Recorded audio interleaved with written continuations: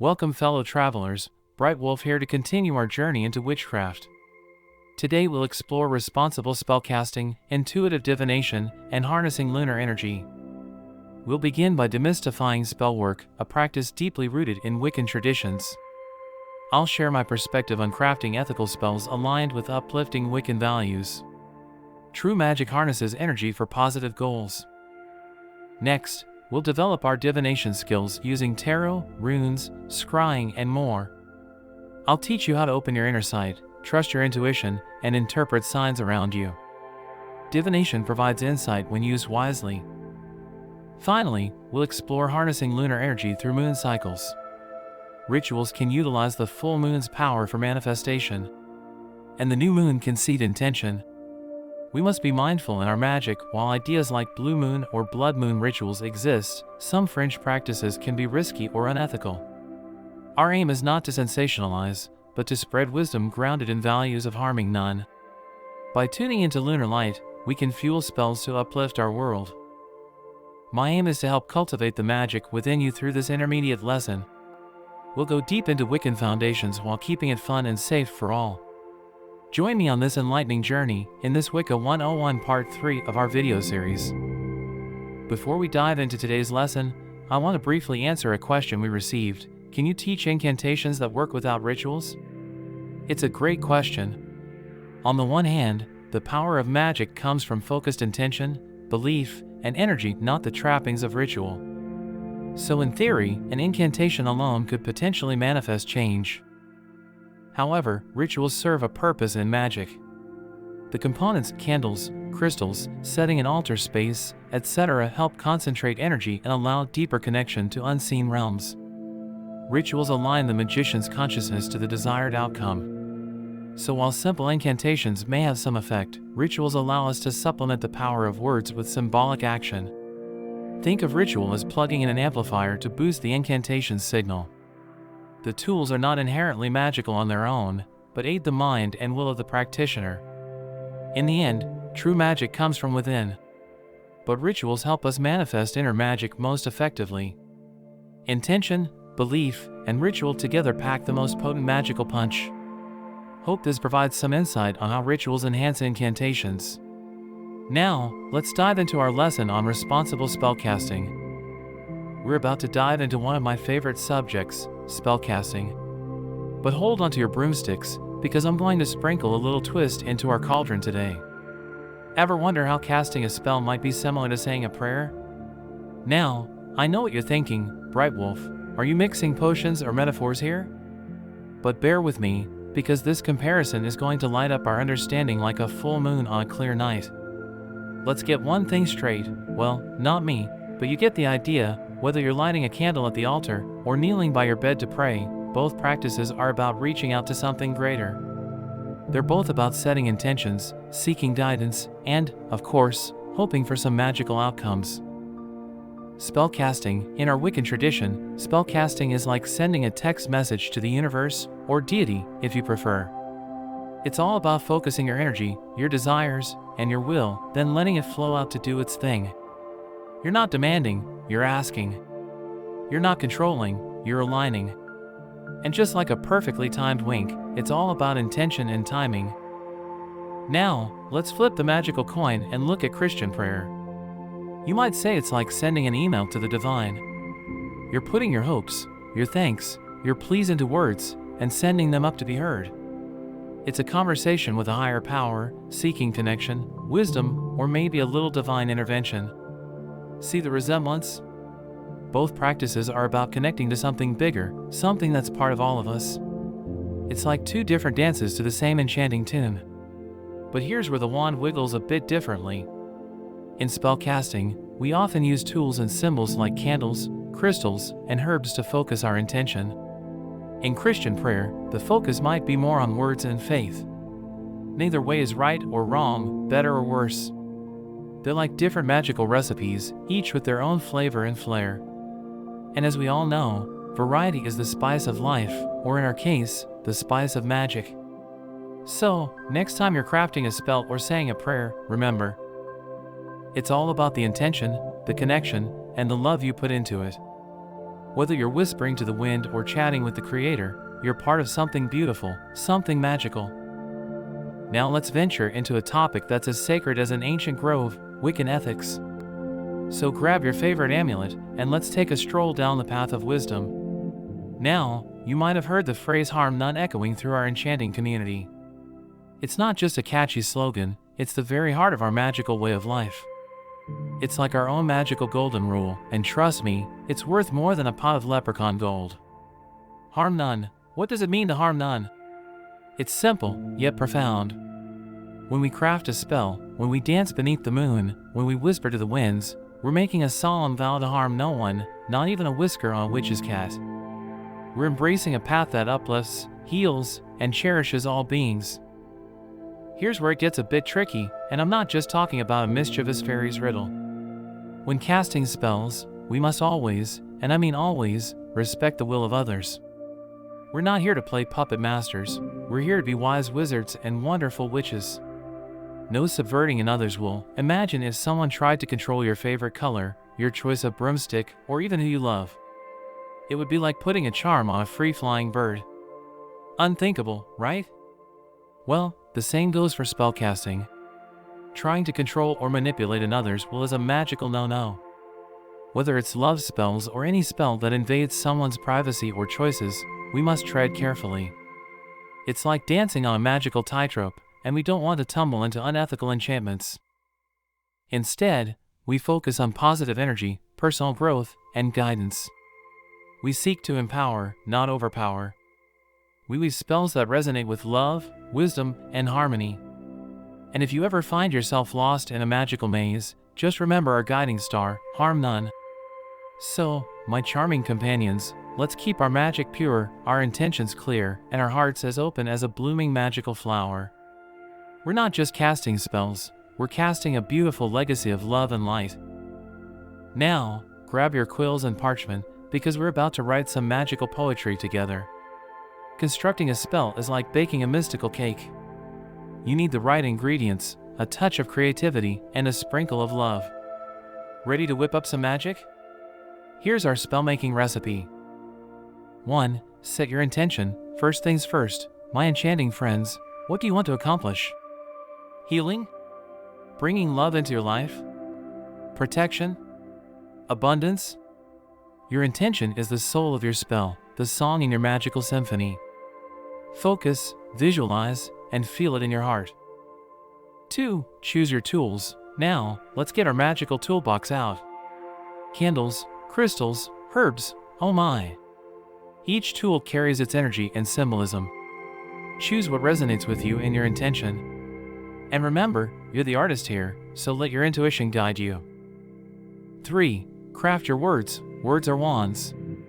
They channel your will, your desire, your very essence.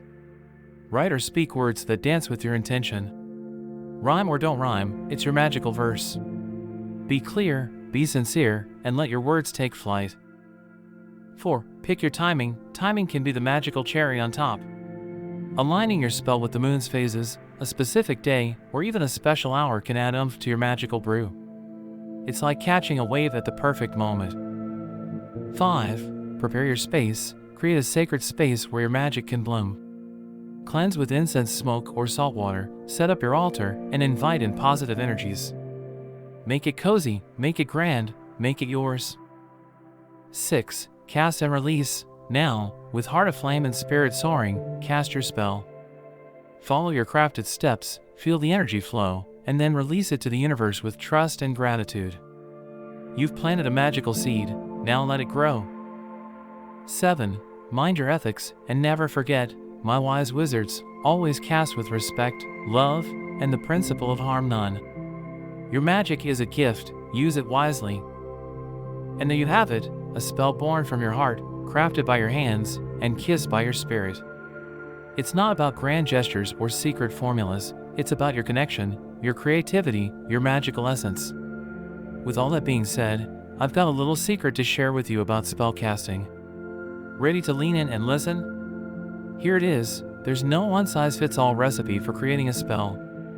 That's right! Your magic is as unique as a unicorn's sparkle, and I'm here to cheer you on. Now, You might be wondering, but Brightwolf, what about the spellmaking recipe you just shared? Well, my friends, think of it as a guiding star, not a rigid rulebook. It's like learning to dance. Once you know the steps, you can twirl and leap in your own magical way. Your magic, your way. Crafting a spell is a personal journey, a dance with the divine, a conversation with your inner self. There's no wrong or right way to do it, as long as you're dancing to the tune of harm none and respecting others' free will. Want to use a seashell instead of a crystal? Go for it! Prefer singing to speaking your spell? Belt it out! Your intuition is your magical compass, and your heart is your guide. Trust in yourself, and let your creativity flow. The golden guidelines. But remember, my wise witches and wizards, with great magic comes great responsibility.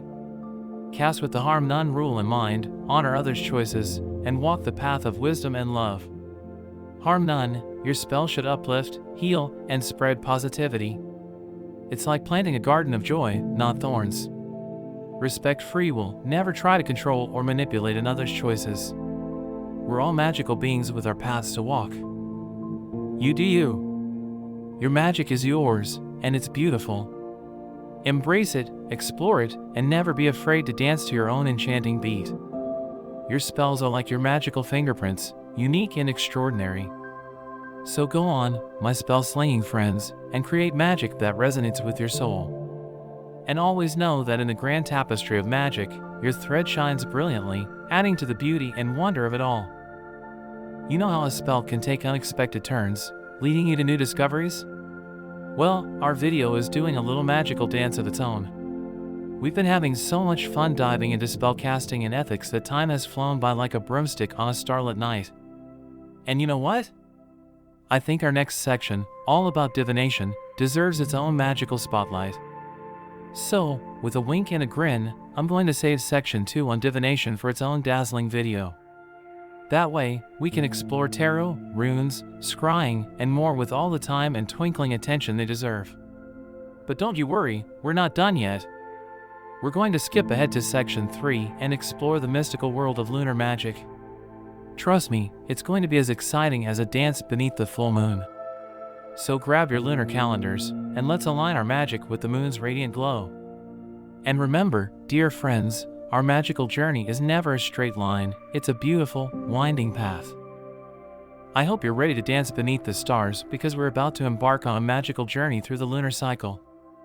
Oh, the moon, that silver orb in the night sky, has been winking at witches and wizards for centuries, and today, we're going to wink right back. The lunar cycle. The moon's cycle is like a magical waltz, with each phase holding its unique energy and wisdom. As Wiccans, we tap into these energies, weaving them into our rituals, spells, and daily lives. It's like catching a wave of celestial magic. Ah, the full moon, a time of completion, celebration, and illumination. When the moon's in her full glory, our magic soars. Want to charge your crystals or cast a powerful spell? The full moon's radiant glow is your magical ally. The full moon is like a magical spotlight for your spell work and can be very potent when charging any tool. Celebration spells, toast to achievements and blessings are also very consistent with this lunar cycle. The new moon, a time of beginnings, dreams, and whispers of potential. It's like planting a seed in the magical garden of your life. Set intentions, start new projects, and let the new moon's gentle embrace guide you. The mystical blue moon, that rare gem that appears when we have 2 full moons in a month. It's a time of extra magical oomph, an opportunity to reach for the stars. Think big, dream bold, and let the blue moon's magic lift you. The blood moon, a name for a total lunar eclipse, when the moon takes on a reddish hue. It's a time of transformation, reflection, and deep magical insights. Dive into your shadow, release what no longer serves, and embrace the blood moon's transformative power. And last but not least, the supermoon, when the moon's closer to Earth and appears larger in the sky. It's like the moon's giving us a magical hug, amplifying our spells, emotions, and connections. Ride the supermoon's wave, and let your magic shine even brighter. Dancing with the moon. As Wiccans, we dance with the moon, aligning our practices with her cycles. We honor her wisdom, her rhythms, and her endless dance through the night sky. She's our magical partner, our celestial guide, our silver mirror reflecting our inner selves. So next time you gaze at the moon, whether she's full and bright or a slender crescent, know that she's winking back at you, inviting you into her magical dance. Embrace her energy, weave her wisdom, and let your magic shine. But we're not done with our lunar dance just yet. Grab your magical moon boots because we're exploring two phases that are as enchanting as a fairy's laugh, the waning and waxing moon. Ready to wax poetic and wane wise? Here we go! The waxing moon is that growing crescent building toward the full moon. It's a time of growth, attraction, and building momentum. Think of it as the universe's way of saying, come on in, the magical water's fine. Spell work for waxing moon, attraction spells, draw love, prosperity, or success your way. Growth rituals, nourish personal development and creativity. Building momentum practices, strengthen ongoing projects and relationships. The waning moon, on the other hand, is that graceful retreat after the full moon, a time of release, reflection, and gentle letting go. It's like the universe's soothing lullaby, whispering, it's time to rest and renew. Spell work for waning moon, release spells, let go of negative energy, habits, or connections. Reflection rituals, dive into introspection and self-awareness. Cleansing practices, purify your space, mind, and heart. Waxing and waning, dancing and dreaming, these phases are like the moon's magical dance steps, each with its rhythm and grace. Whether you're waxing with the building energy or waning with the gentle release, you're part of the moon's eternal waltz. And remember, my lunar friends, these ideas are like magical moonbeams, here to inspire and guide, not command. Your path is your own, your magic is uniquely yours, and your dance with the moon is a personal and beautiful journey. So whether you're a waxing wizard or a waning witch, keep dancing with the moon, keep dreaming with the stars, and never forget that Brightwolf's always here, cheering you on with a wink and a magical grin. As we draw our magical journey to a close, I want to leave you with a sparkling gem of wisdom from a witchy, two-spirited friend and teacher. The soul is a seed, and it's in a dance with the cosmos. Now, isn't that a thought to make your magical heart sing? Imagine your soul, a tiny, glowing seed, twirling and swirling in a dance with the stars, the moon, the very fabric of the universe. This quote, my dear companions, is like a magical key, unlocking a door to a world where we're all connected, all part of something greater, all in a never-ending waltz with the divine. We've explored the moon's embrace, danced with spells and ethics, and now, as we part ways for now, I hope you'll carry this magical dance in your hearts. Whether you're gazing at the moon, whispering to the wind, or simply feeling the beat of your magical heart, know that you're part of the grand cosmic dance. These words are a reminder, a magical nudge, that we're never alone, never separate from the beauty and wonder of it all. So keep dancing, keep dreaming, and remember, Brightwolf's always here, winking at you from the magical sidelines. Until next time, may your spells sparkle, your hearts glow, and your souls keep dancing with the stars. Signing off with a lunar smile and a cosmic hug. Brightwolf, forever your magical friend. As always, live in love and light. Blessed be.